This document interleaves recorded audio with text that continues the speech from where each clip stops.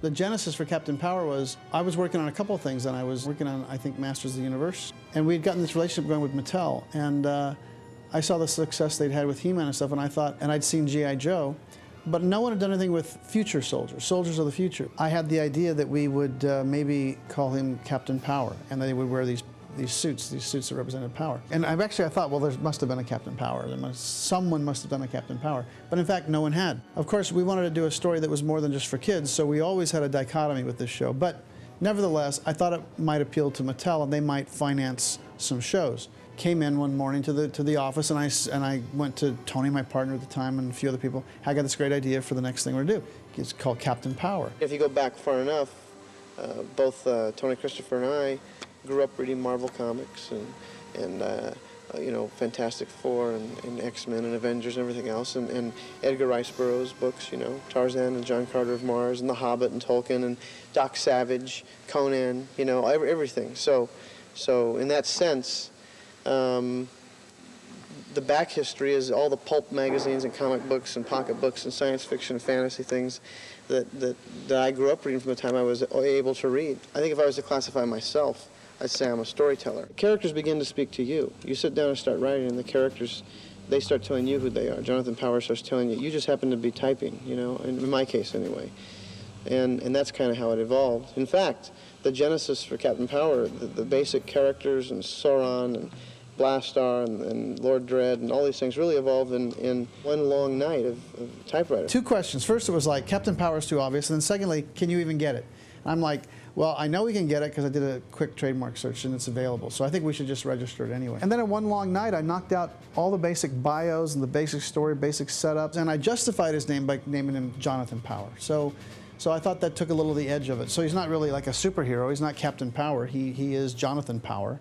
And all of the guys essentially assumed a military rank of some kind. The power suits were created for a reason, to help a human warrior battle against far superior robotic creatures. I also very early on gave him the credo that they would protect all life. Yes, they fight, they battle, but they only battle against these robotic creatures, which became biodreads. We went to Mattel. We made sure we had the trademark registered for Captain Power before we went in, because I didn't really want to hear that someone else had already thought of Captain Power. So we got this meeting, we said, we think we have the next great thing. And it was not interactive at this point. It was going to be a standalone. The big innovation was simply going to be, it's a live action show for kids with CGI robotic villains that our live action guys are going to fight against. When I was a kid, I watched Fury and I watched Sky King, and there were a lot of live action shows, and they'd kind of disappeared. So I thought, let's do a live action show. It'll stand out. let's use CGI, although that was a very new medium, but they immediately lit up Captain Power, and they said, wait, and they went and called everybody, and now suddenly there were like 15 guys in there. Gary came in and made a presentation, Captain Power and Soldiers of the Future. I had worked with Gary on the He-Man movie, and he came in with Captain Power, and it was going to be shot as live action, and I thought it was a great story. Mattel was very interested in it. We had the walls lined with artwork. I took them through the whole thing, and it's so funny, because I finished. One guy says,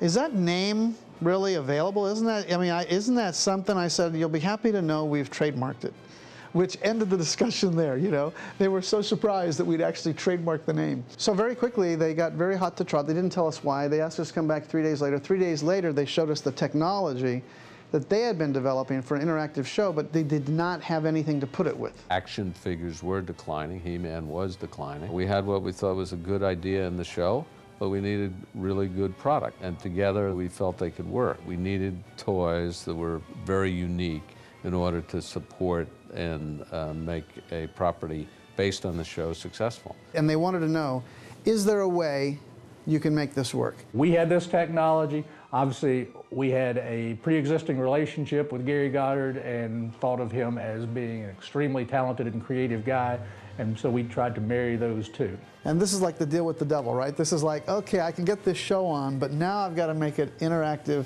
So my whole thing was, if we can find a way to do it, I said, look, I don't want to do a show where someone comes on at the beginning and says, kids, go get your interactive jet, and now it's time to start playing, because I wanted to make a real show. So I said, if there's a way we can do it, we can work it into the story where if someone just turns the show on, an adult or a teenager or whoever, and starts watching it, he will not know there's an interactive element. The only ones that will know are the kids that have it. That'll be their secret thing. And so if there's a way to do the show and we can work the technology in to do that, I'm okay with it. We basically got the technology and we worked out a way, creating the robot sentries. I mean, if you've seen the show, you know, the robot sentries have the targets. Some of the bases had targets. We felt we had had some success in the kids' television business, and we felt that we could use our expertise and make it a viable business. They had had success with the He-Man shows, and they thought, why don't we get in the TV business? Jeff Sagansky had just become CEO at TriStar Pictures, and he wanted to be in television, and he flipped over Captain Power, and he wanted to do the television series. It would have been TriStar's first television series.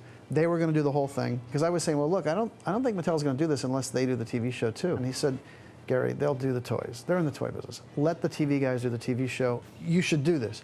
And I arranged a meeting with Joe Morrison and John Weems. We had the licensing rights from Gary. We had control of the property. We were putting in the money. Mattel, because of its strength in the kids business, would basically get the show on the air. And why did we need to share everything with TriStar? Instead, what that meeting did was, if Mattel had been on the fence at that point about doing the TV show, the fact that TriStar wanted to do the TV show convinced them that, oh my God, this is the show we should do. So for a week and a half, I really was tormented, because I really wanted to go with, I mean, now Joe and John, now you're going to hear this, but I really wanted to go with TriStar, because I knew if we were their first television show, that they would put all of their might behind it and make it work. Clearing a show in the kids business, the muscle comes from the advertising of the toy company. It doesn't come from the distributor.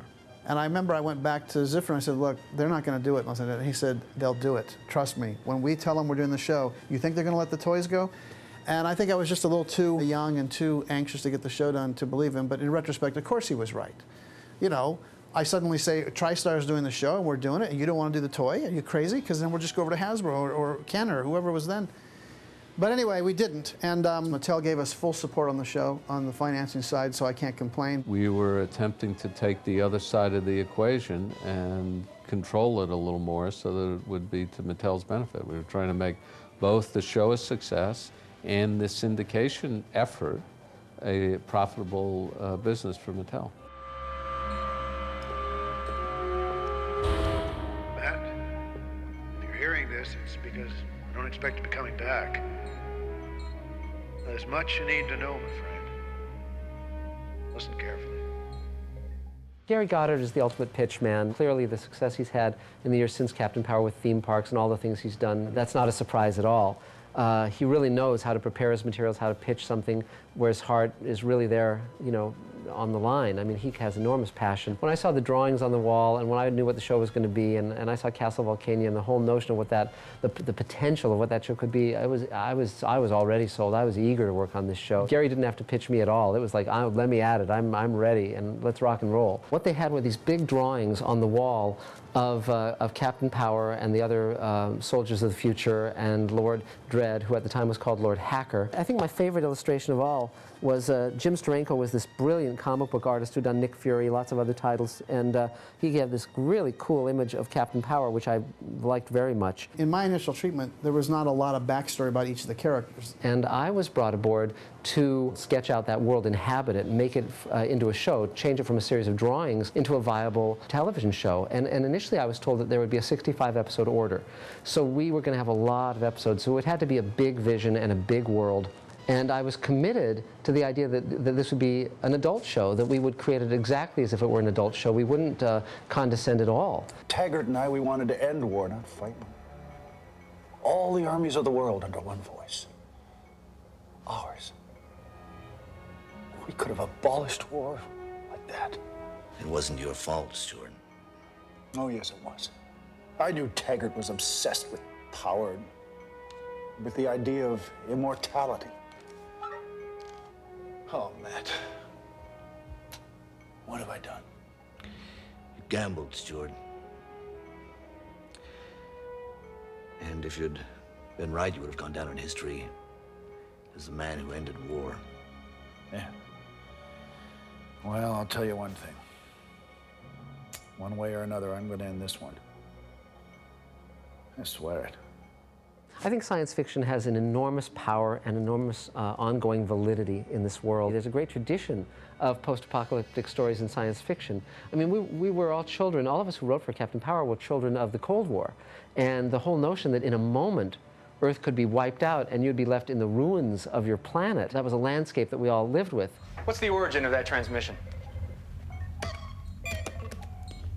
Sector 19, used to be San Fran. Mentor. Online, Captain.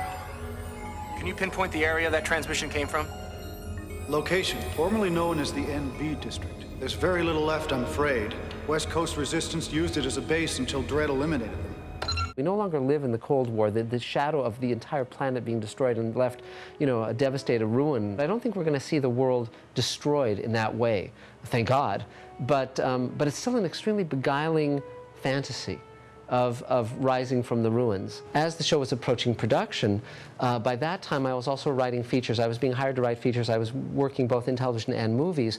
And I started to realize that that I wouldn't be able, given my deadlines, to story edit Captain Power and really give it my all. One of my closest friends was J. Michael Straczynski, Joe Straczynski, and he and Michael Reeves and I were sort of the triumvirate of animation writers, and Joe and I had worked together along with Michael on the real Ghostbusters. Joe had story edited it, and Michael and I had written a number of episodes, and I saw that Joe was up to the task. Mark Zickrey said he had just worked with Gary Goddard to create this new TV series called Captain Power, and he did not really have any interest in being the showrunner. He didn't want to be there day to day, and they needed someone who could be there as the showrunner. And much to my astonishment and theirs, they hired me. Joe never liked the name. The whole show was sold on that name, Captain Power and the Soldier's Future, so it wasn't like we had any choice. I profoundly hated the title.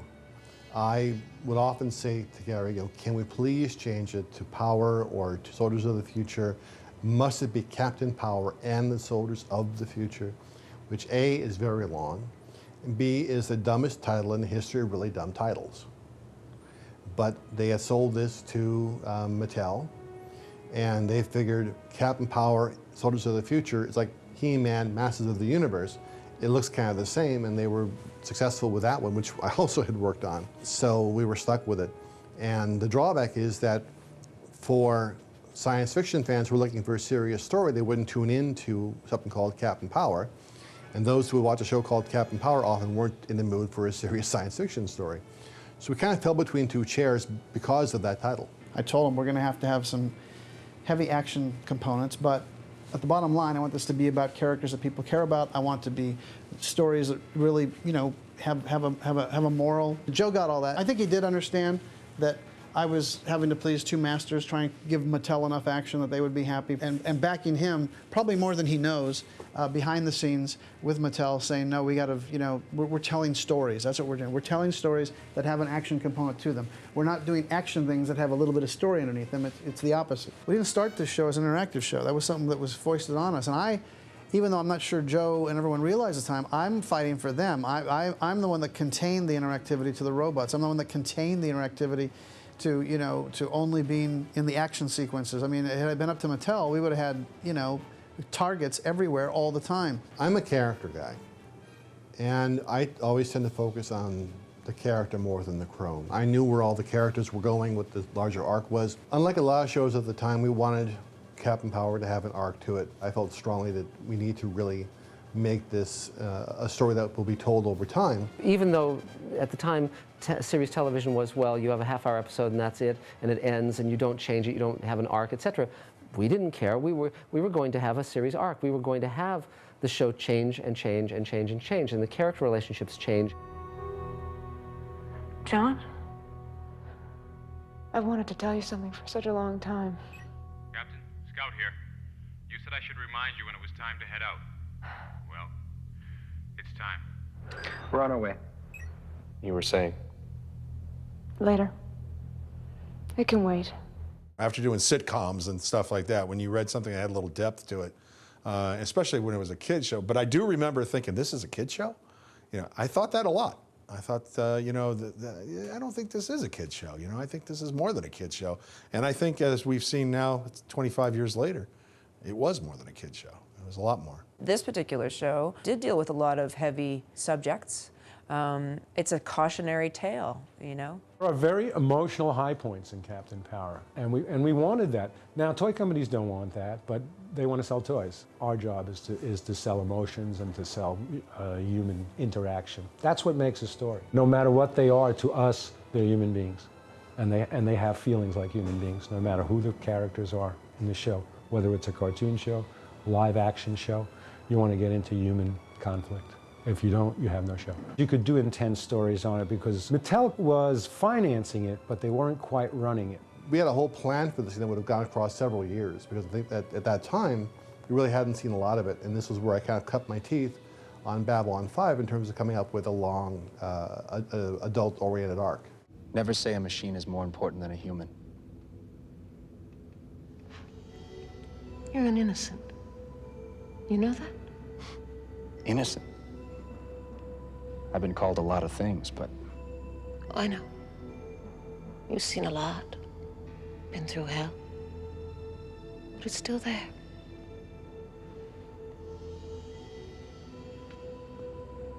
We knew we didn't want to open with the origin.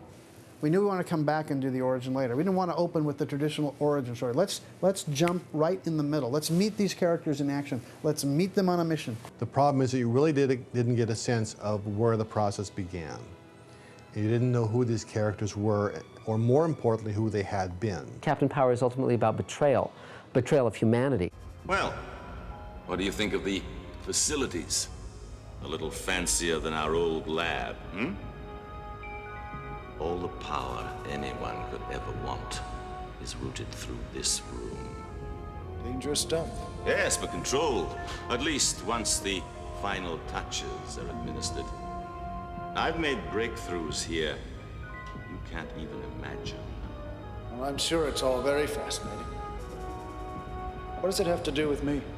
I'm offering you the chance to work with me. Stuart, I'm trying to be reasonable. I thought it'd be very interesting to look at betrayed friendships, lost parents, surrogate parents, all of that kind of stuff. The whole notion that Lord Dredd and Captain Power's father had been two scientists working together to build the Overmind, and Dredd had basically betrayed Captain Power's father.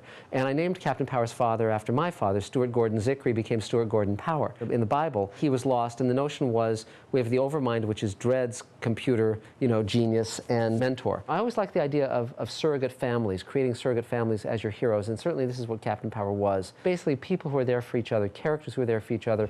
I can't do it again, not again. You're so alone. No, not alone, not alone. I'll be there with you, and I'll find you, and we'll fight it. We'll fight it together. But we've got to hope. got to hope for what we once were. Captain Power shows up to inspire people, to bring people together, and he's basically building an army and building a force to stand against Lord Dread's battle robots and battle dreads and all of those characters. We would see what humanity had been reduced to, which was basically a kind of a dog-eat-dog world, and Captain Power would be someone who could inspire. It's very clear that people can become their worst selves or their best selves depending on who leads them. And so you can either get Hitler or you can get Martin Luther King. I was almost thinking of those two templates for Lord Dread and Captain Power, basically the best and the worst that humanity had produced. And the idea that Captain Power rises to be someone that can inspire and can lead and would ultimately, of course, win out way down the road in the show. The ability of humans to reach out to each other is their great strength. Sacrifice is a word we all know too well. There is no one within the sound of my voice who has not lost someone. A wife, husband, children, friend, lover. But there is one thing we must never lose: hope. I think it's really important to spend the time to give a proper story and the background to our characters. So I kept pushing and pushing and pushing. Let me do, a two-part episode. Let me give the characters a background. You can release it as a movie if you want to overseas. And they finally agreed and let me write Summoning of Thunder, which the actors really appreciated because they didn't know what the background was. And the idea that Lord Dread would actually let Jonathan Power get away because it's the anniversary of his father's death really broadens out the character. I miss you, Dad.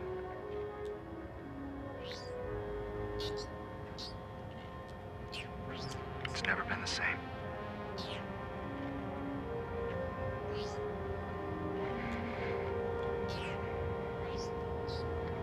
Hawk sends his best.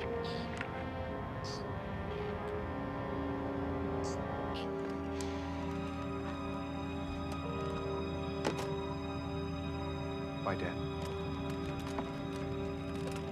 He is leaving. Activate the afterburners and we can be there before. Sauron, Yes, my lord. return to base. We will proceed alone.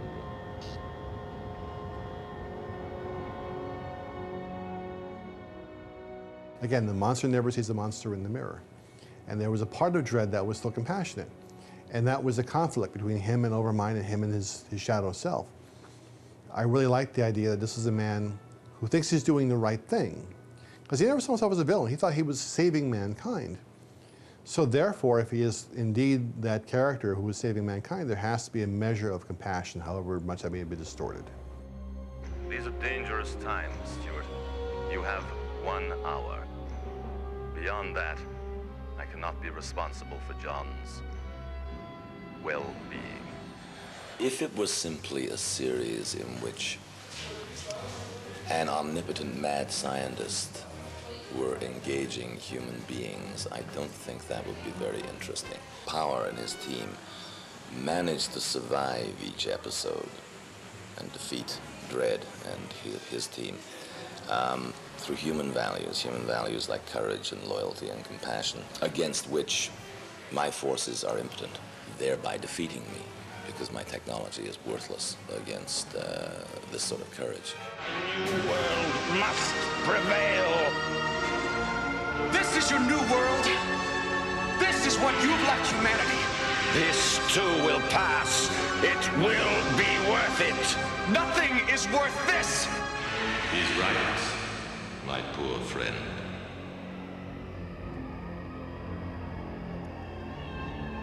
You know he's right. You can't change what you were, Dread. Mattel decided we should shoot it in Toronto because of the savings. At that time, there were massive savings because not only was the dollar just much more powerful than in terms of the exchange, but Toronto had set up some amazing incentives to move up there. And in some ways, that was a positive, I think. We got this old bus station we converted into basically Captain Power Studio. If we didn't have a building like this, we would certainly have a hard time doing this on the budget that we've got. We've got so much to do, and you just can't go out and find an outside location of a devastated future city. You've kind of got to have an area where you can create some of these environments. And I mean, this is amazing, and it's a little frightening that we've got over 150,000 square feet, and we're filling it up. The location manager that we engaged came up with it.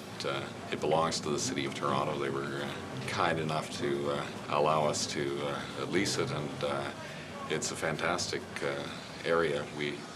We need every inch of the 100,000 feet we have here, and more. It was tremendously exciting because the scope was gigantic, and there was different sections of it. The dread chamber was here, the desert was over there. We had a miniatures unit that was all to themselves, all interconnected within the building. There was a 30-foot by 90-foot green screen set up for all the flying. So you'd be filming a scene, and then right across was the miniatures with the computer cameras that would fly through and all that. When I saw that, I never questioned whether these guys knew what they were doing. I found myself having to run around to each of these different sections of the studio, which is so large, that I ended up with a kid's scooter with very soft inflatable tires, so I could just roar to the different parts of the studio. The acoustics were awful, and you could hear straight through it. You could hear everybody working anywhere in the studio.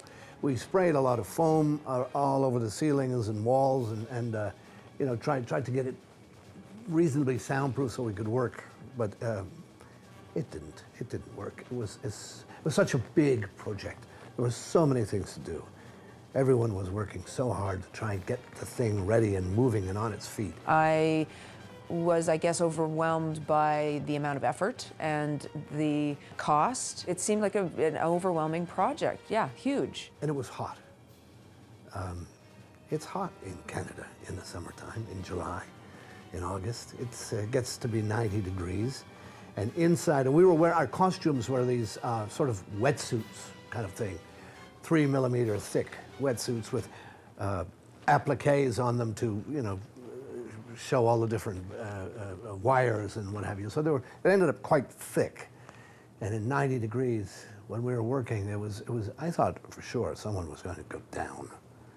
They had buckets of ice, large buckets of ice and cloths in them, and every few minutes, someone would run up to you when you finished a take and squeeze this cold water down your neck and rub the cloth all over you. Otherwise, it was going to be people fainting, and, didn't matter. Didn't matter. It was the best job in the world. We had about, if I remember well, 5 or 6 suits per character. There was always at least one hero suit that was beautiful, shiny, and that was made out of fiberglass and, plated with this, special metallizing process. So that took a lot of work, and you couldn't really use those to roll around because they were going to get damaged really easily. There was also a couple of suits that were stunt suits, and those were made out of rubber that we figured out how to use to make them flexible. They weren't necessarily that much lighter, but they were a little bit more flexible, and they weren't going to get damaged as easily. But I don't know that they were very comfortable for the actors. I think they went through a lot to, carry those through the whole show.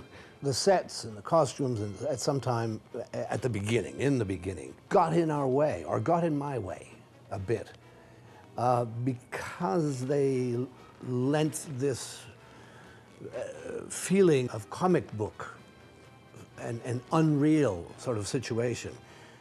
But once we had learned to just relax into it and relate human to human, we found it one heck of a lot easier. It was just a real human story, and I think that's the thing that we like about most of those kinds of shows, the really cool ones, is you can see the human element, the pain, the suffering, the sadness, the memory, all the things that you worry about in your own life. It's a Christmas tree. It's a Christmas tree. Exactly. It's 4712 Mark 24, John, or had you forgotten? It's been so long. On top of our victory over Project New Order, I thought it was high time. I really loved the show, really loved to do it. And when I heard my character could fly, it was the best thing in the world. When it really came down to flying, it was tough. It was really tough. Come on, kid. Hang on! The first time I tried on the harness, which was, I believe, an old Superman harness that fit right on your hips and had wires coming from it, so you were in perfect balance. It was great fun because it would take half of your weight off. and you'd feel just, terrific. And they'd lift you up in the air, and a slight movement of a hand changed the aspect of your body. It was wonderful, it was great freedom. But when you were up there for 15 minutes and they had you like this, head down, your head started to swell up, and it was really uncomfortable. So I just couldn't do it, and they hired a stunt guy. And what a brave fellow he was, because he was up there for hours and hours and hours, working in front of the green screen, doing all the flying scenes. So yes, it's great to do a character who can fly if you don't have to do the flying. I traveled to Canada a couple of times in the process of this. Once when the show was just gearing up, and I met with the cast and saw the sets as they were being constructed, because you kind of have to have a sense of how that world looks to be able to write for it. And once again, during production. I like to go to the studio and see the studio, and I love the studio up here because they had a refrigerator just for beer. Not during shooting hours, but boy, the end of the day was great beer drinking times with the crew. The crew worked hard. It was one of the first shows run by computer, which is appropriate for the content of the show, because I would be sitting in LA, I would write a script, and I would then modem it off, as we said then, modem it off to John Copeland in Canada, who would then get it, and we'd fire back notes back and forth to each other. Most shows were still running off of physical hand copies they would carry of scripts they would bring to the set and to the studio.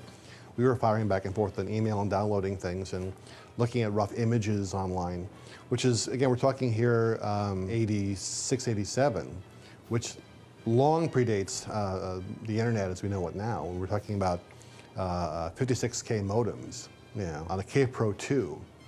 So the primitive technology was there, but we were using it in an advanced sort of way. We were able to achieve quite a bit of economy when we were shooting. Each director, I believe they came in and they did 2 shows back to back. When the heroes are in the jump jet cockpit, we would try and shoot material for both shows that director was doing. When we were in the dread chamber, we would try and do the material in there. Each show wasn't done as a distinct piece. We were able to block shoot. So once again, it had to be very well organized, so everybody knew what was needed in each of the locations, so we were able to have these economies with our time. And I was a big proponent, of, George Lucas's theory of Star Wars, where it's not a shiny space, it's a used space. The ships are worn, and I definitely thought, well, that ship's gonna have a lot of wear and tear. So that argument was made to me. Well, you said you want this stuff to look lived in, like it's been used, and I said, okay, all right, let's do it, but I just don't want to look in there and feel like I'm looking inside a B-52 bomber, from World War II.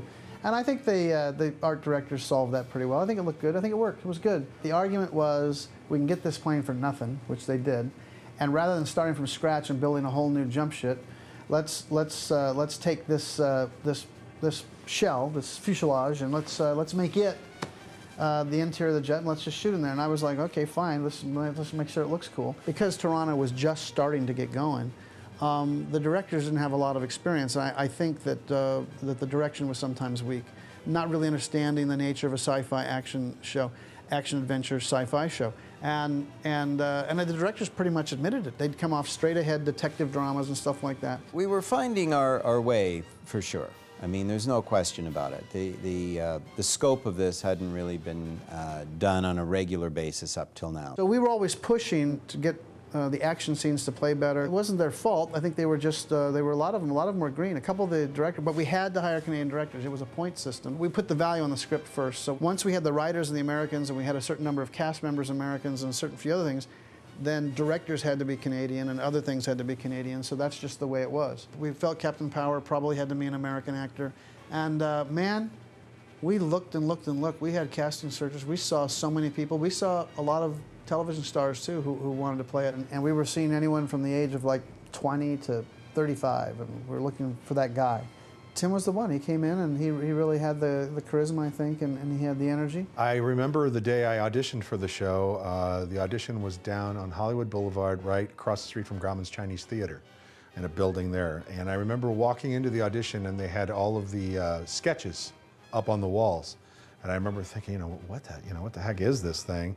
I was very prepared for the audition, I remember, and I felt like I really did a good job in the audition. And I remember walking out and walking down the street and feeling like, that's great. I got that down. I did a good job on that audition. And then they called me when I got home and said that something went wrong with the camera that they had filmed the audition with, and they said, can you come back and do it again? Then I got the part, they told me I got the part, and then they told me I had about 8 days to move to Canada. I had 2 cars, an apartment full of furniture, and all that kind of thing. 8 days to do it. I've been so involved in trying to be involved in the show, in the job of acting and being here, and my schedule, and what scenes I have to do today, and the job of an actor, that I had forgotten that this is also going to be a toy, and there's like a whole toy line coming out, and a lot of exposure and a lot of talk about it. It slips your mind at this phase, because you're so concentrating on so much concentrating on your job. But when I went and I did a commercial for Mattel last week for the toy, and when I walked in and I saw these boxes of, stacked up with Captain Power, Captain Power, Captain Power, all over, it's a bit of set you back a bit. It's a bit frightening for me. This is. Sometimes you forget exactly what it is you're doing. It's my job, I come here, I go to work, I moved to Toronto, and I'm still trying to find my way around the city, and yet here I've got to deal with all this in the future, I'm sure. It also made me realize that, I have an image for kids coming up, something I need to think about, something that takes... Yeah, I feel an obligation towards the kids, I guess, in the character and in my life, I think. I think it will change. I think being Captain Power will change me. And I think changed me for the better. Ever since then, I look at the scripts, and if there's something that I don't feels right, I will, I'll bring that up. I'll say, I don't know. I don't think he should do it this way. I think he would do it this way, which is just all a part of, I think, finding the character, a process. And the fun part, the rehearsal process and finding it, that's, as an actor, is very, is much more fun. I flew to Pittsburgh, I remember, and to a Toys R Us, and put on the Captain Power outfit, and stood there all day and signed things for kids. I remember, I think Kellogg's came out on the back of a Kellogg's cornflakes box. There was a Captain Power face mask or something. And I remember I got a picture. I think I still have it of me and a little kid wearing that mask. It was one of my favorite things. It cracked me up. But I also remember that we asked that I could have like an RV or something there to change in, and they didn't want to do that. They said, well, you can just get dressed in the back. And so finally, I'm usually a pretty agreeable guy, but when it got to that point, I said, listen, either I can have someplace that's going to be hot, it's summer. This thing was really a hot suit. Either you get me a dressing room, or I'm not going. So they finally buckled down, and we went down and did it. But yeah, I wanted to do whatever I could to promote the show. Right after that, Disney, they had a nationwide talent search for Davy Crockett, and who'd they go with? Tim. I mean, he had a very great quality as a hero, and I feel we let him down a little bit that we didn't have some better directors for him. But other than that, I think he came through great. The first action sequences that the local directors did were they were embarrassing. When we first looked at the original dailies that came back from Toronto, yeah, we were all kind of a little leery, shaking in our boots. And the problem was, it just wasn't what we envisioned as an action show. And we felt that things like the fights and stuff like that, they didn't look like they were staged right. There wasn't, the big explosions that we ended up doing eventually and stuff like that. By the time we discovered this, 2 shows were going to have to air. We're going to have to go out by wire like in 3 weeks. They started production of Captain Power, and we were very anxious to see the product that was going to come out of Canada. We were all very excited and to see what the show was going to be. They had actually shot 6 shows completely. None had been edited. So there was nothing happening with the post-production process. So we had, of course, a delivery date. We had to air the show. So Gary, in his normal fashion, he rallied the troops and said, okay, we've got to get this done. And a few of us went up to Toronto to help get that show in the air. If we miss an air date, that's the end of the world. That's a catastrophe from which we can't recover. So I went up, and my job was to take a look at, in particular, the post-production setup, because the complexity, the technical difficulty of this project was enormous. It's a challenge to go take control and responsibility for a group of people who had been formed a different way and had their own set of way that they wanted to advance the work. But I managed to influence it in the right way. When it comes down to it, the people who were working on the project, and especially I think the people in post, were all very talented, very good people with a lot of experience. But they had not been put together as a unit who fully understood what each individual was going to do to advance the project. And that's, I think, where I was helpful. You know, we got out of each other's way. You know, the editors edited, the online guys did the online, the effects layers got edited in. You know, so it was a lot of moving parts to get organized, and that's really kind of what I did. One thing to bear in mind too is that there was no digital storage. So we were working on 1-inch videotape. We had all these Sony 1-inch machines all locked up together. And to get the layers, we were, at the same time, we had a background, we had a holdover mat, we had a interactive smoke, we had a dread trooper. We could have, you know, sometimes 6, 7, 8 machines all locked up together to sort of mix it live, if you will. You know, we couldn't just go back and forth because we'd lose too many generations of quality. So it was a live, full-scale effects layer mix. We did it for every single shot in the show.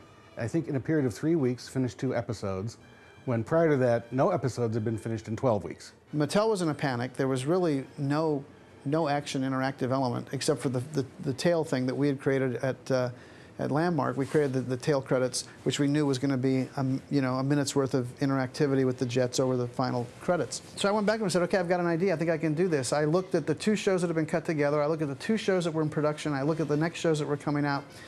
And the writers were still working on the other shows, but there were basically either 6 or 8 shows in production. I went to them and said, okay, we have a new formula now. It's the James Bond formula. We're going to open with an action sequence that triggers everything else. And the action sequence of the opening will allow the kids to interact. Then you'll flip into your story. Of course, I want these sequences to tie into the story if they can. Joe was a little upset at me but I was in a crucible. I had to do it. I wrote a beginning to each of those shows. Now, what I'm proud of is I think when you see the shows, they flow. I don't think anyone sits there and thinks, oh, someone tagged on that opening. I wrote very quickly, I think in 2 nights, I looked at every show that was in production, every script, and I came up with a 3 to 5 page opening that was action oriented and that would allow us to have the targets, the robots. And what it did was it created a great action energy for the show anyway. It made Mattel happy, and I didn't have to bother the writers. I mean, again, what Joe doesn't know is when I'm in the meetings taking all the hits on this stuff, you know, I'm not bothering them with it, and trying to come up with some fast solutions. Now, this also meant that we had to shoot these scenes very rapidly, and we couldn't disturb the units. So we had a little rogue unit. A group of us went up to Toronto, and we called ourselves the 3rd unit, and we had like 4 or 5 series different cameras, including IMO, and every single thing we shot 4 or 5 cameras at one time, all from different placements and different angles and stuff like that. And the great thing about it was we would get up and we'd go out at night and we would just blow stuff to Kingdom Come. We had a really, really great time. We were more, you know, on location than we were actually, you know, in the bus depot. And we were knocking those scenes out, I think, like, I think we maybe had 3 days for each. It was 3 days, 3 days, 3 days, get these things. But they were high impact, robots, explosions, pyros, all that stuff. And so it was very expensive. Some days you'd go in and they'd wire you up for sound, but then they'd also wire you up with squibs all over the place. And it was a lot of fun. I mean, I had my helmet on in the middle of this terrible gunfight, this terrible ray blasting fight. And I take a hit right to the helmet, and there's this great explosion on my helmet, and I take it off and look at the helmet and say, you know, as if, you son of a gun, you've dented my helmet. Now you're going to get it. Put it back on and continue firing, you know. It was like being a child again. It was like playing all the time. As it is, I can say this now. I mean, the fact that I was writing and Tony was directing those action sequences, that was very much under the radar. But there was no other way to get them done that fast. And with Tony, I could say, no, don't do that, do this. We need to get something on there that really understands. We're looking for energized sequences, and also you got to be thinking in your mind that target's got to be on long enough for the kid to target and still keep the pacing of the scene going, you know. So that was the whole thing that was happening at that time. The directors, when we started, didn't know what a plate shot was. Okay, the first 2 episodes are done, and we get a pack of 35mm transparencies. These are the plates. They shot plates of the set, and we had to go up there in a rush and go, okay, it has to be moving footage that we're going to actually put in the characters and later. It's not a slide of the set. So, I mean, it was that kind of baseline stuff. A lot of trial and error, which on a show that was being as innovative as that you have to expect, but there was this added layer of the inexperienced directors with sci-fi material that I think also added a layer of complexity. As we're racing to get the show done, we'd had 3 of the prototype jets, and we were adding signals and making sure we were given the encoding from the Mattel engineers of what was required. Each of the special effects sequences had that encoding. With the prototypes in the actual studio, everything was working fine. We were waiting to get the actual first real shipment, not prototypes, but the real toys off the line. And we got those in. They were drop shipped to us. Probably it was within a couple of weeks of having to send the first 2 shows out, but more importantly, they were shipping the toys out, and the toys had to be in the marketplace. We get the first box, we all get a jet, we all put the show on, we take our jets, we're sitting about this far, about as far as I am from the camera right now, and we're like, and nothing's happening, nothing. And we're like, okay, what about you? What about you? No, nothing. Run it again, run it again. And so now we all just, all of us, we start edging closer and closer. And I think David Thornton, who was head of post-production, I think finally he walked up to the screen, and if you got right to the screen level, it worked. We knew at the time that there wasn't going to be any corrective measures taken by the manufacturer. There are millions of these units already built, boxed, shipped, ready to hit stores. So we knew we'd had to be on the software end. We had to find a way to enlarge those signals enough so that the product would work properly. We found out that the frame had to be a certain size on the TV in order for the interactivity to work. I guess they wanted a pulse which would, at a certain frequency, which would react to the toy. So I developed, as part of the uniforms of the Dread Troopers, a light box, which was on the front and on the back. And there were battery-powered lights in there. There was a little bit of a diffusion to spread the light, and then there was a green gel. So when the lights came on, there was this green image, which could later be dropped out as a green screen image, and the correct pulse would be put in. So of course there was only one exposure that this green would work at, and so whether the scenes were day in the desert or dark night interiors, the whole series was shot at one exposure, and that's the exposure that registered the green, which enabled them to use it as a green screen. All of the interactive signals had to be at least 4 times as big. And as you can imagine, from a production standpoint, that was a nightmare. We had to go out and reshoot all the Dread Troopers with bigger badges on them. And then in post, we came up with some things to layer in. We created this thing called interactive smoke. If you ever look at Captain Power, it looks like the whole place is on fire the entire time. It's because we had to keep layering on these different effects layers to get the interactive signals encoded. We got the encoding in, we got the CGI in, we got everything, we got the action sequences in, we got it all put together, we've got the music scored, everything. After a serious 5 or 6 weeks of work to get the first 2 shows completely edited, completely mixed, and done, we met at the post-production studio, and David, who was the post-production supervisor, and I watched the FedEx truck pull away from the studio late in the night on its way to ship those shows to New York for the first airing. And we just sat there. It was just a moment of total relief, because we actually had accomplished the task that we set out to do, which at the onset seemed almost impossible. Captain Power was an exciting show for me to work on because I was going to be able to score the entire series using a large orchestra. But the tricky part was that I had to score the entire series without seeing one completed episode, let alone a few frames of the finished footage. We had decided early on that we were going to do the music with an original music library.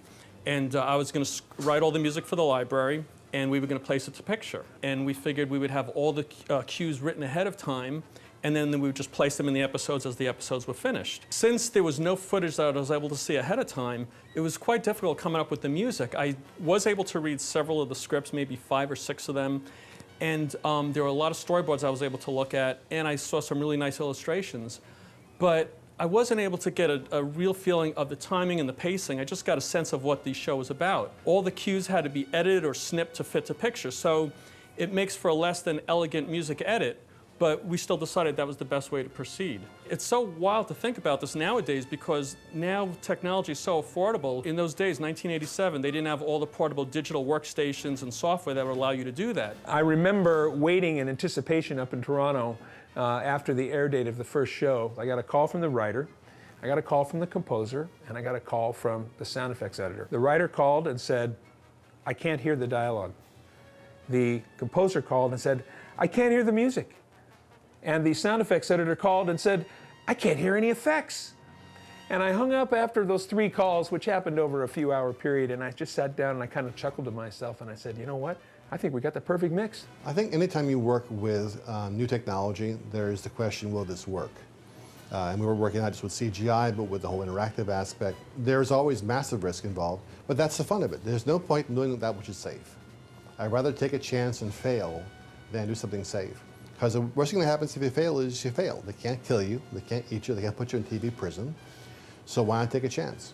And that was the fun of it, was walking on the wire. There was the desire to try something that nobody had ever done before. Those experiments are so rare, and it was done really well. The show looked fun, the scripts were great, the stories were fun, the characters were really, really interesting, and that, I think in that sense, that was a huge, huge success and very original. I always knew that we would find a solution. I always felt confident, you know, and when I went over and I said, look, you're gonna take over every online bay in Toronto, and we're gonna stay in those rooms until we've got episodes finished. What hadn't been anticipated was the complexity and the time it took to actually finish each frame. Obviously, there's huge cost impact. Suddenly they go from one online suite to suddenly there are 5 working around the clock. You know, that's hundreds and hundreds of thousands of dollars. And quite honestly, we took up so much post-production capacity in Toronto that television advertising moved to Vancouver for that period because they couldn't finish their product in Toronto. We owned those places. So I knew that if you applied enough people long enough, you could finish a show. And that's what we managed to do. CGI was just coming into being at that time. It just wasn't there yet, but it was there enough that people were pushing the medium a little bit. And we were pushing to try and put this into a live action world. And all things considered, we did a pretty good job. I mean, now, of course, if you look at it, it's I won't say it's primitive, but certainly the mapping and all the other things that you have to do, the texture mapping and everything else, would make everything look far superior, and the animation as well. Because of the massive amount of horsepower needed on the computers in those days, we were pretty much limited to, I think it was like 2 or 3 minutes per episode was all that we could come up with. So each of those frames that those characters were going to be in pretty much had to be predetermined. We had to decide how wide the shot was, which characters were in the frame interacting with them. And when we got to do those sequences, they'd been laid out months in advance. Some of the preliminary work on the computer animation had been done already, so we really couldn't change those shots. For the humans to interact with the CG characters, we had life-size cardboard cutouts made, and we put them in the scene with the actors, so the actors knew how tall and how far away they were, and they could get the correct eye lines, and then we would move them away as we filmed, just before we filmed. One of the big problems was learning how to work with the CGI, the CGI characters, and where they were in the scene, especially if it was multiple actors all trying to follow this character who's this evil thing flying across the sky. And there was little interactive elements put into the scene. There'd be little puffs in the dirt when the character would land, so it would tie the CG characters in with the live action, which integrated them very well. Also, because the CG characters were very metallic, we had 2 basically glorified beach balls. One was sprayed with silver paint to represent the Sauron character, and one was sprayed with a copper paint to represent Blastar. So just before we did the sequence of the shot, we would put that ball in where the character would be, and then that ball would reflect the light. Where was the light coming from? How strong was it? What color was it? What sort of contrast was there on the light, between the light and the dark? So the effects team, the ARCA team, could analyze those silvery balls, those reflective balls, and give the same lighting to the CG characters. So we often work very, very closely together. Not having a reference, not knowing really at that time what CGI was and what it was going to look like, when we were trying to act with all these imaginary characters, these beasts flying around, and feeling, you know, quite silly, you know, pointing our guns at nothing and pretending to duck and not knowing what was going to happen. And it was really difficult. And you had to just sort of trust and believe that some of this huge gang of people knew what the hell they were doing. And so you did. You just threw yourself into it and hoped it was going to work. And when we saw the results, the final results, well, you know, it felt pretty good because, you know, it actually did work. The same thing for me with the model work.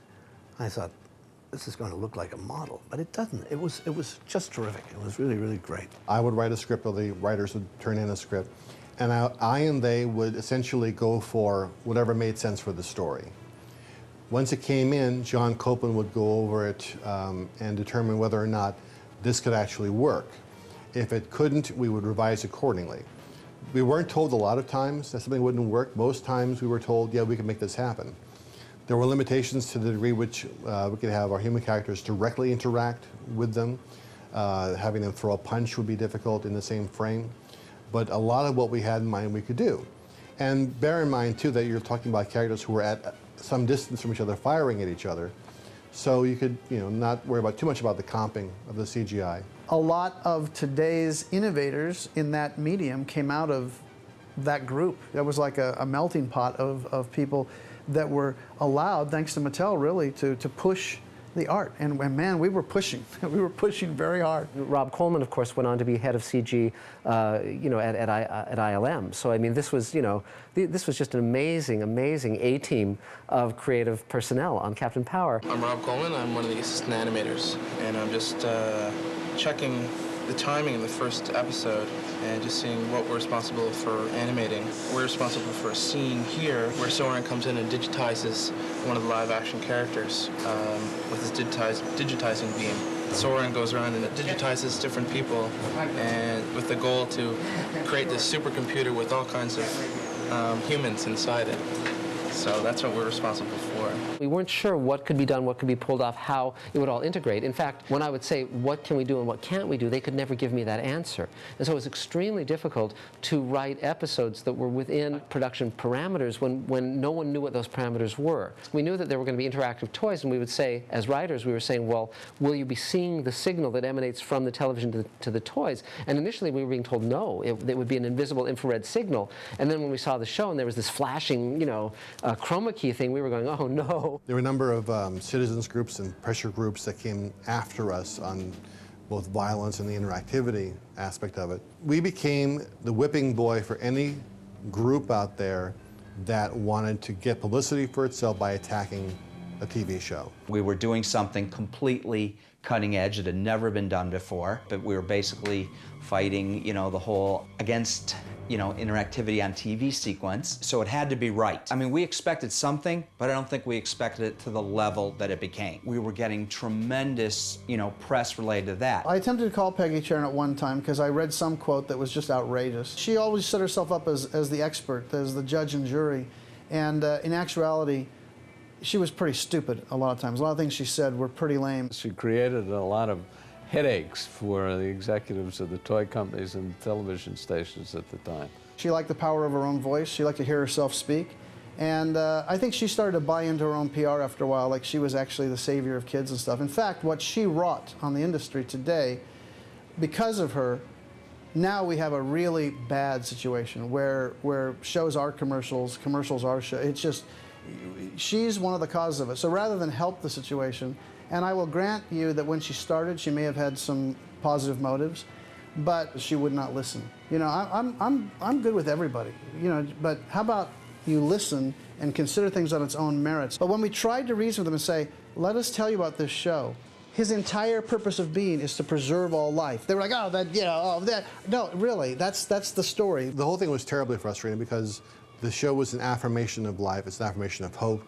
It says that, you know, we can persevere against the machines, that there is something inherently noble about being human. And they ignored that in deference to the fact that there are guns. You have a jet, you don't have a gun, you only fire, and they don't want to hear it. And to attack a TV show for violence is like putting on a suit of armor to attack a hot fudge sundae.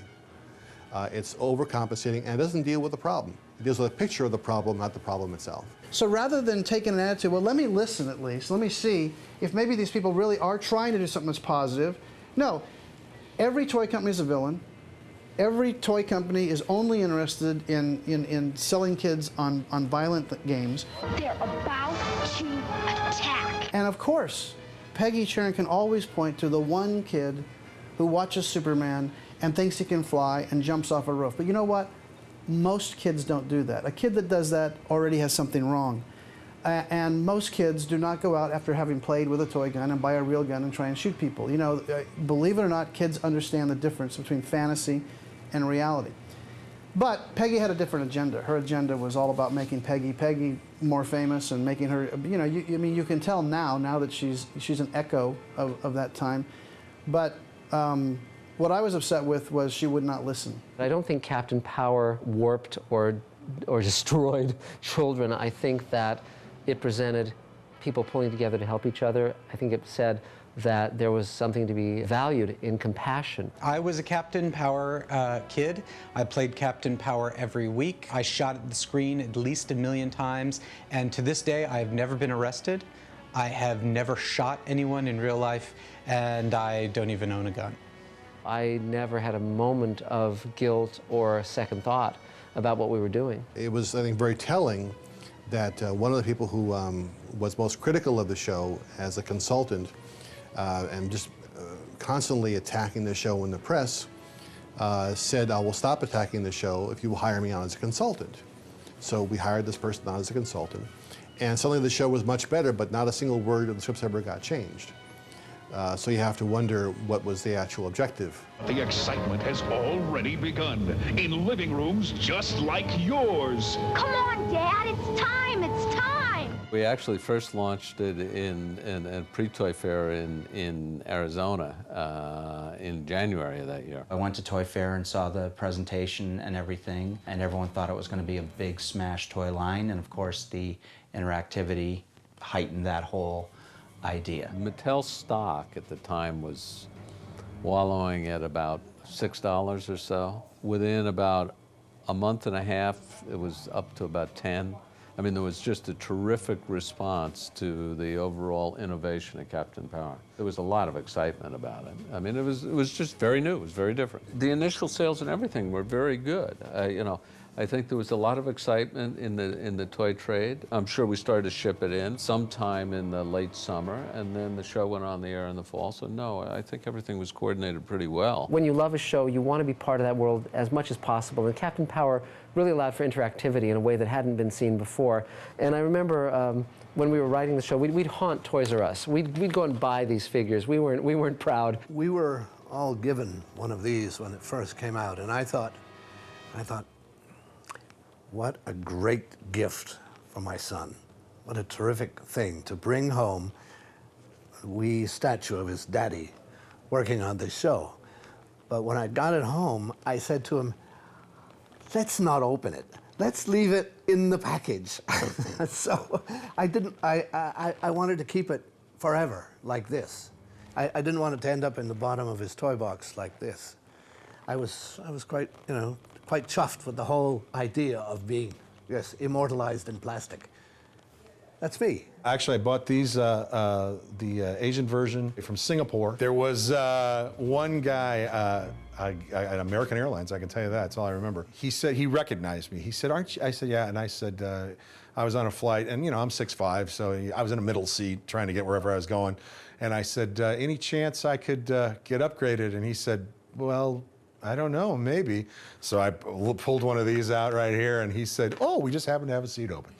So yeah, I got, and then he made me say power on. Clearly you can see what an accurate rendering this is. But it is still, and that her hands are like this. Yeah, they're permanently like this. So she'll always get work, I'm sure. You're going to save the world by destroying it. Seems to me I've heard that before, and always by someone who thinks that he knows what's best for all of us. If you just listen. How many more will die, Taggart? How many more innocent human lives are going to be wasted for your dream of a machine age? Thousands? Millions? Tens of millions? And where does it stop? The problem with science fiction has always been that the networks don't understand it. particularly back then, we're talking in the 80s, this is a time when the networks were terrified of science fiction. And since syndication provided an opportunity for us to get a toehold and expand the syndication marketplace, which oddly enough was created by He-Man. Before He-Man, there really wasn't a syndication marketplace for new programming. For old programming, sure, reruns, absolutely. But that was one of the first shows to create new programming for syndication. Captain Power came along, further expanded that and brought live action more into it and made it more of a mainstream within the genre form. Those shows that came afterward, from B5 to the Star Trek shows that took advantage of syndication, really kind of capitalized or built upon the foundation that we built with this show. It was a mad scramble to launch the show. Mattel had, through MTS, had made arrangements with all the different broadcasters. You go to the stations, they put the show on the air. The way the stations pay for it is in terms of advertising. That's the barter part of it. You get the advertising, you get 2 minutes, 2 commercials, whatever. I mean, it all depends on the deal. And then that has to be sold. So if TriStar did it, they would get 2 minutes, then they would go out and sell it in the kids' marketplace. Well, Mattel has a use for that advertising, so that's what they took. That's what we took. And we also then didn't have to pay a distribution fee, which in the business is pretty significant. We had 96 domestic stations, and then I think we had 20 foreign territories. And that grew very rapidly. Captain Power was very successful. I think we grew to 200 actual stations in the US and over 60 around the world. I got introduced to it through the commercial, and the commercial was so interesting. My new cake mixes. We have the power on. And it's so delicious. I think we're getting through, Captain. What year? 1987, I think. Try it. Hello. To anybody watching, this is Captain Power. Jonathan Power. Do you read? We have a situation here. The year is 2147. Human life is threatened by biodreads. They follow a Lord Dread. I need your help. And that actually really piqued my curiosity and made me tune in to the show. The Call from the Future commercial was my idea. I said to Mattel, because we were seeing some stuff some agency had did. I was just looking at the same old stuff. I was like, guys, we need to do something better than that, I think, you know. I have instructions. Please pay attention. Weekly program transmissions on TV begin September. If you have the Power Jet XT7, the XT7, you can fire invisible beams at enemy targets on these transmissions. Score or be hit. Warning, the TV show will fire back. It will fire back. That commercial was actually, in terms of the advertising community, everyone loved it, except there was a small group of stations, I guess, who, because the show wasn't on their station, and they were saying, you're tricking us because it's not really a toy commercial, it's a commercial for the show, and that show's not on our station, so we don't want to run it. But very few, even to this day, as a commercial, if you watch it, it holds up pretty good. And I think the commercial, just like the show, it didn't treat kids like they're idiots. You know, we were saying, look, these kids they're smarter than you think they are, and they'll pick up on this stuff, and they'll like it, and they'll embrace it. And I think they did. Watching it made me feel, and I was just a little boy, but it made me feel like a TV show was taking me seriously. This is the new voice of the Resistance, Freedom 2. And if anything happens to me, there's going to be a Freedom 3, and 4, and 5. We didn't start this war, but we're going to finish it. There was no network, there was no studio as such. I mean, we weren't getting notes from Paramount or Warner's or Universal or NBC or CBS, etc. So we were left with an extremely free hand to develop a very adult show, a very interesting show, an extremely varied show. I made something like this myself once. I was just a kid. Scrounged up the parts, cobbled it together. Even found a couple of batteries for the lights. When my mother saw it, God, I thought she'd never stop crying. I said I was sorry. Figured maybe I hadn't done it right. She laughed, smiled, kept right on crying. What we'd lost and what we still had. This was basically, you know, the writers and the producers sitting around saying, hey, what story do we want to tell? There was a character introduced in the original draftsmanship and the original premise for Captain Power, Stingray Johnson.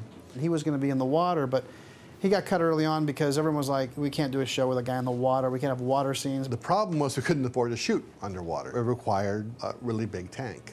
We're going to keep him in right to the last minute. The toy actually got made. I mean, so it was very late in the day. We just said, okay, we're not going to do water. We'll bring him in later. One of the characters that we had, which we didn't get to do, unfortunately, was a character named Silvera, and she was a female robot, very, very strongly influenced by the robot in Metropolis. At that time, there was a Japanese artist that was doing these beautiful silver women, you know, that looked completely reflective and metal, very beautiful. I was thinking that we might be able to create a female robot like that Dredd had created for his own nefarious reasons. I was thinking we'd just get an actress and they would be able to, like, you know, basically go right over her and do it. At the end of season 1, she was going to be sent by Lord Dredd, disguised as a human, to infiltrate the power base, and she was going to fall in love with Captain Power and become a double agent and go back, basically ostensibly working for Lord Dredd, but really working for Captain Power to bring about his overthrow. And that, for me, that was one of the most interesting characters of all. Falcor was going to be this CGI falcon, basically, a robotic falcon that he would have on his hand, and he would release to go spy for him. And one of the ideas was that whatever Falcor could see, he could see automatically. CGI just was not to the point. The idea of having this CGI falcon that would land on his hand, and it was just like the guys were like, no way we can do that. These characters that got cut were cut more for technical reasons than for story reasons initially. When we did the show, it was still at the very early days of syndication, and therefore it was on all over the map. It was on some stations in the morning, some in the afternoon, or even the evening. They would flip it around depending on what their needs were. It was a very complicated, hard show to find, let alone watch.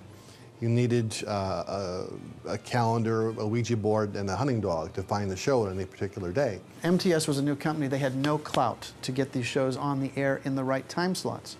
And I think what would have happened with TriStar, it's all conjecture, of course, but TriStar would have thrown the entire weight of their studio behind this to make sure that this show was premiered in a major way, and they would have fought for the right time slots. I think if you look back, you'll see where we were in the adult zone, where we were at 6 o'clock, 7 o'clock at night. There were markets, I think it was Boston or Philadelphia, I can't remember. There were markets where we were right up against the new Star Trek Next Generation, and we beat them. We were beating them in their own time slots. The fact that the fans did tune in and made it a point to try and find the show says that we were doing something right with the story. It's no coincidence that Star Trek in their second season added more action. The first season, if you look back at the reviews of that Star Trek, you'll see it was very cerebral. It was all talk, very little action. They didn't have the Borg until a year later. There is no question in my mind that consciously or subconsciously, Lord Dredd and the Bio-Dreads and the whole idea of absorbing them into the New Order, you know, this was at the root of the whole idea of the Borg. What I couldn't believe was how much they made the Borg look like Lord Dredd. And it's a constant series of frustration for me to, you know, because all these people go, oh, did you copy the Borg? I was like, no, they copied us. People look at Lord Dredd now and they say, well, he's a Borg. But the funny thing is, of course, we came first. Emotions are the enemy of order. You are now one of us. Immortal. Perfect. Yes. Yes, I understand. The past is gone.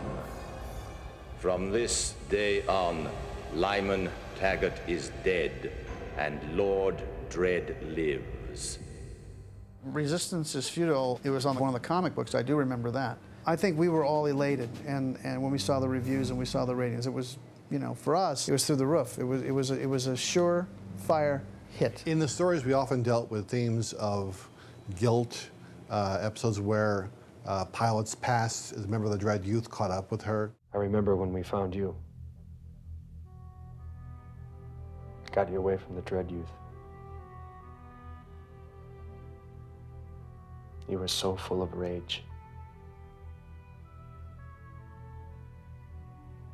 We were worried whether you would make it or not. I'm glad you did.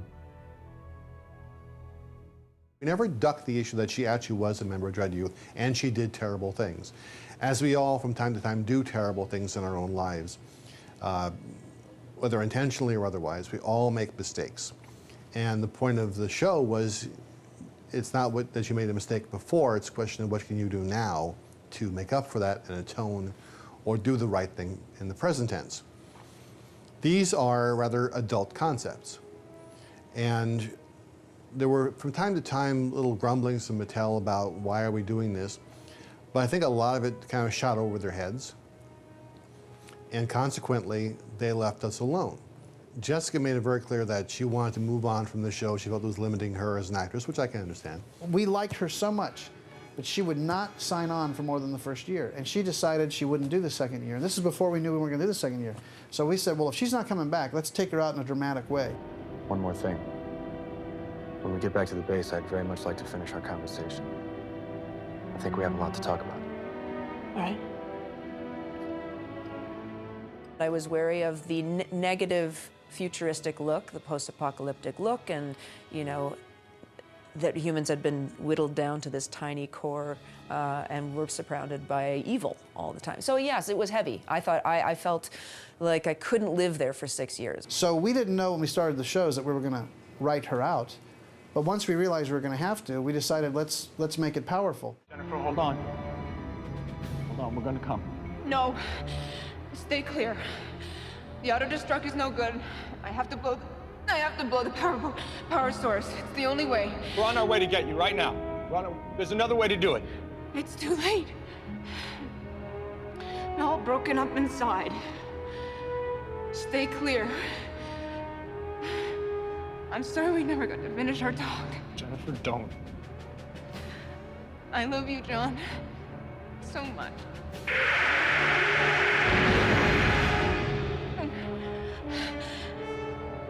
Goodbye. You think of me sometimes. And so we decided to remove her in what was actually a very moving sequence. When she, hits the buttons and says, "Go to hell," knowing she's going to die in the process, but also take out, the power central and the biodread. It's a very powerful moment. Back then, in any show, let alone a kid's show, the idea of killing one of your lead characters was, you just wouldn't do it. And man, that had such a reaction. Fans were writing in, "Oh, I know what happened. At the last minute, the Overmind got her, and she's there, and she's going to come back," and all these theories about what happened right before that explosion. I think to try and bring her back from that after the fact would cheapen it. Even if the actress, didn't want to come back or did want to come back, I would leave the character dead. Because to undo that would diminish the sacrifice. There are stakes, and sometimes the good guys don't survive, and sometimes they have to sacrifice themselves, and it gives a depth to the story and an emotional resonance and a weight, and it also informs real life, because in real life people die, and in real life sometimes the good guys lose, and sometimes there's self-sacrifice. Power suits. Backup for mentor systems. She must have got it all out before. How could it happen, Captain? How? Captain Power, everybody wanted it. Everybody in the trade wanted it. The show was doing fine, and there was a great demand on the part of the trade. I think Captain Power got hurt because of something that didn't have to do with either the toy or the television show. It was the corporate needs from Mattel on sales, and the trade's desire to just get more and more new stuff. And I think that's what hurt it. I think if there had been a little more moderation on both the toy trade and Mattel, it would have lasted much longer. Mattel, the corporation, was having some tough years. There were some difficulties with other brands. Mattel made a decision to ship a lot of product into the marketplace, and a lot of it was shipped late in the year, and it wound up not selling through at Christmas.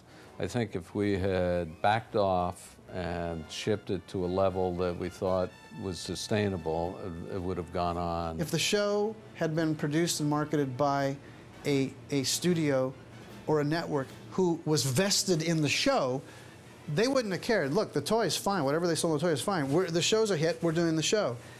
I think Joe and John got blocked when the toys didn't sell the way they did. They were like, well, we're not putting any more money in this MTS thing, and that's too bad because I think actually it could have done quite well. I mean, look now, Hasbro's in the TV business. I mean, it's interesting where everything's gone anyway. We were all tremendously proud of the show. It was a shame we couldn't really go right away into season number 2. We'd all learned a lot. We'd established a lot of the things. The very expensive outfits were made. There was, you know, a number of elements that were in place. And with what we had learned, it had just been really a breeze to go into season 2. So we were all very disappointed that it didn't continue. While we were doing the show, we were so happy and so proud of it that I actually thought the thing was going to go on for, you know, I thought we'd do it for 5 or 6 or 8 years. I thought we'd be doing it for a long time. The truth is, at that point, we thought we had a 5 or 6 year thing going. You know what I mean? I mean, we were sure of it. We thought we were on top of the world. And so then when they started to talk about pulling the plug on that, we just, you know, we couldn't figure it out. It was a difficult window because it took us a little while, you know, well, who owns the toys and who owns this and who gets that? And I was saying, look, you got to give me these shows back. If you're out of the TV business, I want those shows. And I got the shows, but it took a long time to do it. And so it was messy. It wasn't negative. There was never a fight. There was never any legal aspects. Mattel actually was very, very fair. Joe, John were fair, everyone was fair. It just took time. It wasn't something that happens. We would have needed them to say, okay, we want you to quit claim now, right now, because we're going to run down the street and try and get someone to do this, you know? As I finished up working on Captain Power, I looked at the production model that we had developed, which was really unique unto itself, because most TV shows, live action, were very expensive. They shot outdoors. They didn't have a lot of effects, because it couldn't be done. The V series almost single-handedly bankrupted Warner Brothers. And I thought we could take this production model, a concept like Babylon 5, and use Captain Power in a way as proof of concept. That you can take a show, shoot it in a warehouse, use CGI for characters, for ships, for establishing a world or set extensions, and make it work and do it for a price. Using the Captain Power model, we were able to do Babylon 5 for half of what it would cost for a network show using previous technology. And other shows built upon our model. Clearly, Captain Power set in motion a production model that has been used ever since then by both B5 and other shows. We never stopped trying on Captain Power. We always said, how can we make the stories better? How can we make the stories more intense so we can do more with the characters? I think that intelligence and that desire to keep improving the show and never settling for what it could be, but always focus on what it might be, is what made the show endure what a lot of shows did not. It really starts from the top down and believing in telling a decent story. When the show first came out, we were all very excited. I started getting my first fan mail, and I got it from America, and I got it from Japan, and I got it from Europe. And I was absolutely shocked. I got lovely letters, endearing letters that people said it was their favorite show, and you think, God, the work we've done is having an effect on people, and that makes you feel good. But if you just put the work out there, and the feedback comes in from here and there and all over the place from ordinary people saying that they've been touched by the show, and they love it, and it's what they'd like to do when they grow up, is work in animation or work in film and work in science fiction or whatever. It's really very pleasing. It's very satisfying. I get emails every day from fans, and not just fans from here, from Russia, Sweden, China, everywhere. Now, the show touched, obviously, I mean, I'm still hearing from these people, it touched them not just as a show, it touched part of their lives or how they look at life and their future. At one point, there was a lot of mail coming, and as I said, I had trouble even writing back my wedding thank yous. But so I got really behind, and this girl had written a diary. She sent me her diary, basically, and she had written so much detail about her first sip of beer, her first kiss. She named her horse after my character.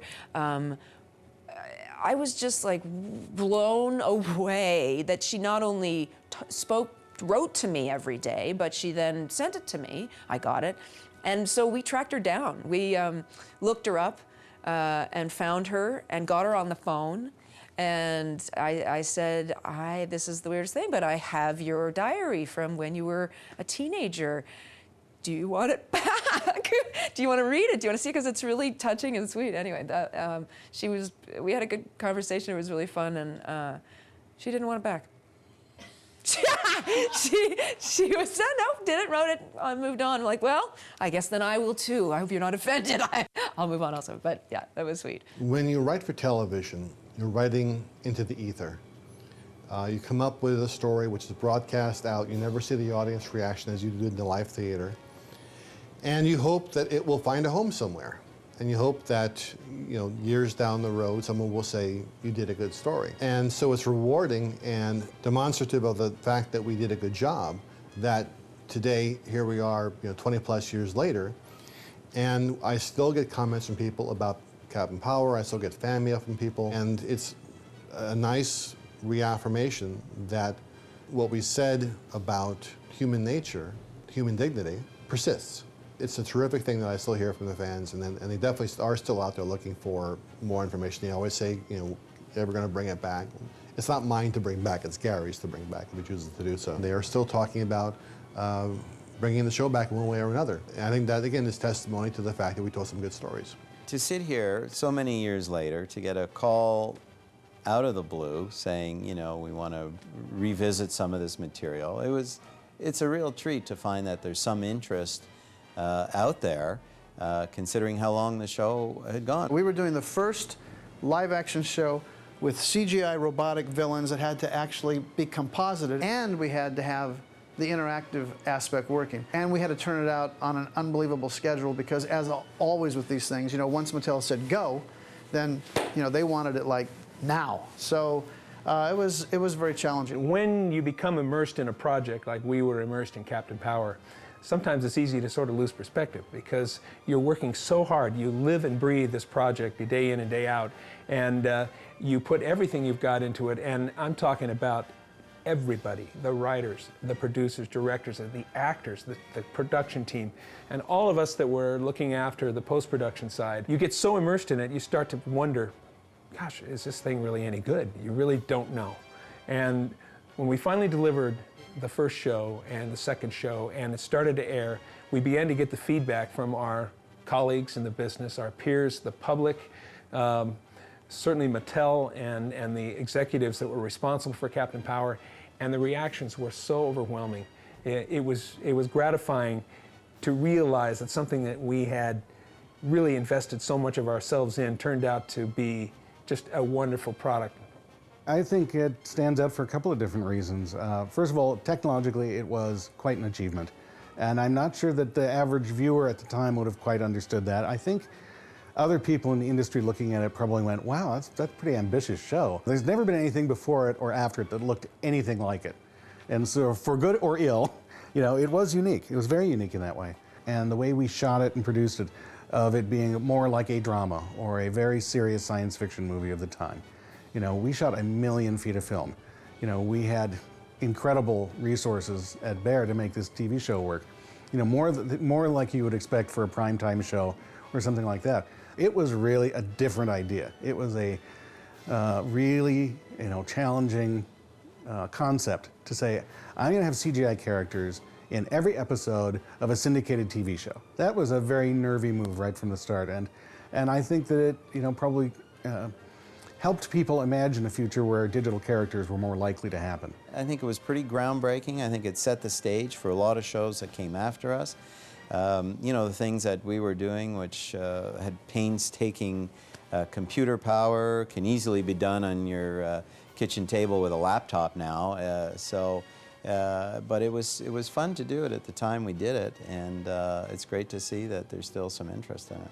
I'm really proud of the show. I'm proud of the work that all of us did on the show, from the actors to the CG people to the producers, the creators, the writers. That was a great group, and what was really fun and my most fond memory is there was nothing else like it.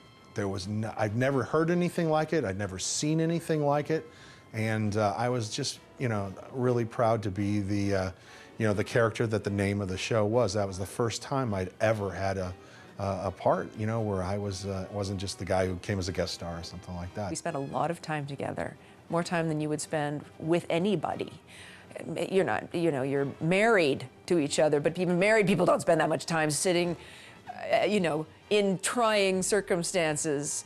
And so the most outstanding thing about being with those guys was how much we laughed and how, you know, when you're playing make-believe, it's easy to pop out of the bubble or pop out of the reality of what you're doing. And, you know, here we are sitting in these suits and we're pointing these little, you know, there's, on the one hand, we have to be very grave and in the moment and be taken seriously. On the other hand, we just laugh and get hysterical and get through it together. And they were family. At the time when we were doing it, I don't think any of us were looking, you know, this far in the future to imagine what kind of an effect, you know, that work would have, and what, you know, how it would, you know, its staying power. How would it still be around? Would people still know about it, you know, 10, 15, 20 years later? You know, we put everything we had into those shows. I mean, they really meant so much to us at the time. Gary said, we're just going to make a Clash show here. I don't want to, if I'm going to crash and burn, I'll crash and burn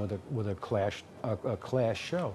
And we felt the same way. Let's just do the best writing we can. We decided very early on, and again, this comes from the Gary school of thinking, if you will, that we were going to do stories that not only made sense, okay, but that were involving. And when Gene Siskel made the comment, you know, and gave us an incredible review, I mean, this was a major film critic looking at a children's TV show and saying, hey, this is serious stuff here.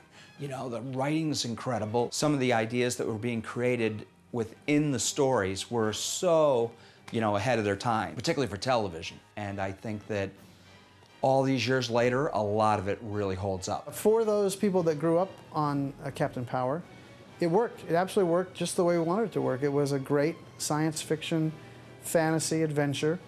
It used the latest technologies. It told a story in a language that they understood. I think we set out to create a universe and a compelling story. If the story hadn't worked, no one remembered at all. It's to be determined by others in what place it's gonna have. But I think it was certainly something that has inspired a generation of other writers, directors, and producers and executives, because I find myself running into them now and they're like, "You created Captain Power? Oh my God, I love that show." So that's great. It was probably, you know, one of the best times of my life. I look back on it with all the trouble that the show had and the hardship of filming that show. It's funny, after all these years, I don't really have any bad memories. My main thing that I value was the work we did and the people I worked with and the friendships that I made. And you know, those are the things that stick with you forever. As long as this show goes, we will try and make it grow and grow. We know where the first 26 episodes are going to end. We also know where, if we go on to do 65, where the 65th one will end.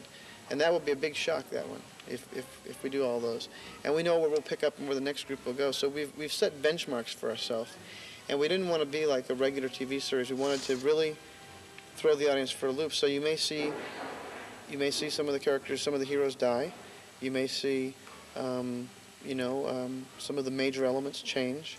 I mean, it will continue to grow, and things will happen, unlike most, you know, typical series. This was an idea that was definitely ahead of its time, and the technology was playing catch-up to make it happen. We can create this world now. We can really bring to this what I had hoped to bring to it first time around. It's a complete universe, which really should be reimagined and brought to life with today's technologies. Now, really, anything we envision, we can create, and it would be great to revisit that.